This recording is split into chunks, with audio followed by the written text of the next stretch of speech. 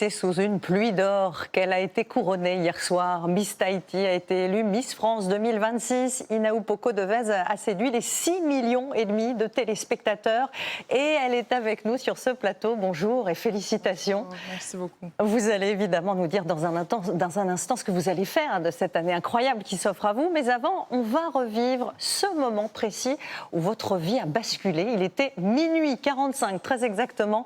Élise Kousmac, Axel Charles-Messens et Elisa Vaudelet.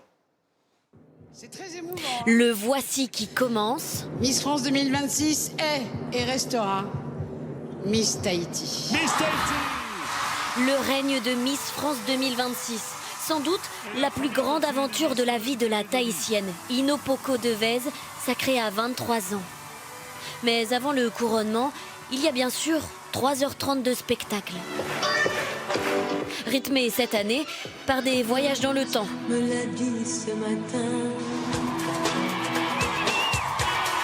Puis direction le futur, dans une ambiance très électrique. Forcément, les metteurs en scène n'ont pas oublié de vous surprendre avec le classique tableau régional.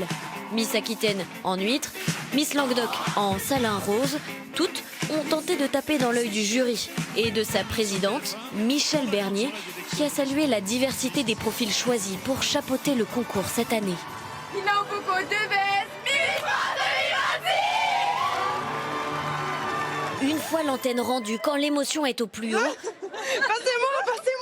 il y a encore des gestes tout aussi touchants que le sacre, les étreintes avec les parents. Puis les encouragements de l'ancienne Miss France. De quoi donner à la nouvelle reine de beauté une dose d'énergie. Il va y avoir un chamboulement dans ma vie, dans le sens où le rythme va être différent. Effectivement, passage en 5e vitesse hier soir pour Miss France. Shooting, cocktail, courte nuit d'à peine 3 heures. Avant un premier passage à la télé, puis une arrivée à Paris pour découvrir sa garde-robe. Je suis toujours sur mon nuage, j'arrive pas à redescendre, c'est un petit peu compliqué. Je suis en train de réaliser un peu un rêve. J'aurais jamais cru qu'un jour j'aurais un aussi beau dressing à ma disposition. Votre destin était-il déjà tout tracé? Peut-être bien, si l'on se fie à votre nom, qui veut dire grande déesse.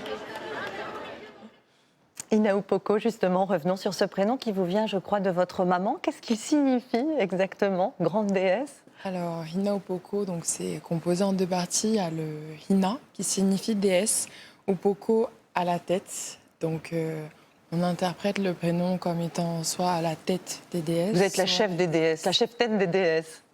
Voilà, humblement, j'accepte le prénom et ce beau héritage que je tiens justement de ma famille.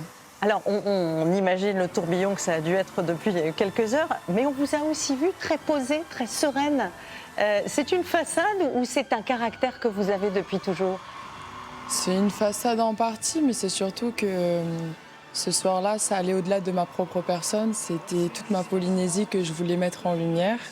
Et j'ai essayé de porter au fond de moi cette lumière qui vient de notre Fénois. On appelle ça comme ça, la Polynésie française. Et j'ai essayé de porter toute cette énergie, tout ce mana, la force que nous transmet notre île. Et sur la scène de Miss France, donc, j'ai essayé de faire rayonner toute la Polynésie parce qu'ils m'ont portée jusqu'ici. Miss France 2025 a appelé les Français à être plus bienveillants avec vous qu'ils n'ont été avec elle. Vous avez 23 ans, vous avez vécu toute votre vie avec les réseaux sociaux. Est-ce que vous pensez que vous êtes plus armé finalement par rapport à ce qui va forcément arriver? Il y aura toujours des critiques.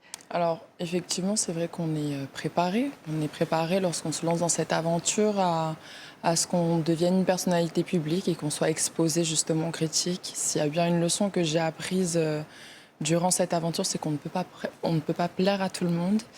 Malgré tout, j'ai réussi à dépasser ma peur du regard des autres. J'ai réussi aussi à dépasser mon manque de confiance en moi. Aujourd'hui, je suis présente devant vous, face à vous. Oui, alors je rappelle aux téléspectateurs, et c'est difficile de l'imaginer aujourd'hui, que vous avez été complexée notamment par votre taille et par votre voix. Exactement. Justement, mes différences sont devenues mes forces.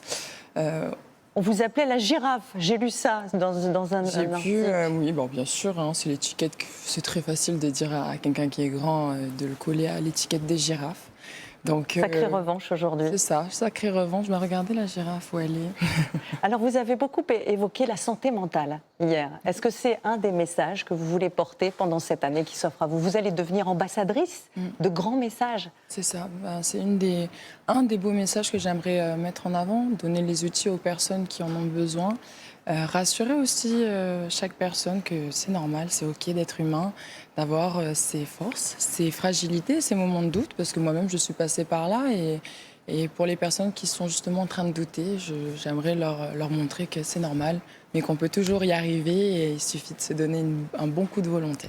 Merci beaucoup, en tout cas, d'être venu sur ce plateau. Et on vous laisse repartir. Je crois que vous avez une journée et une année chargée.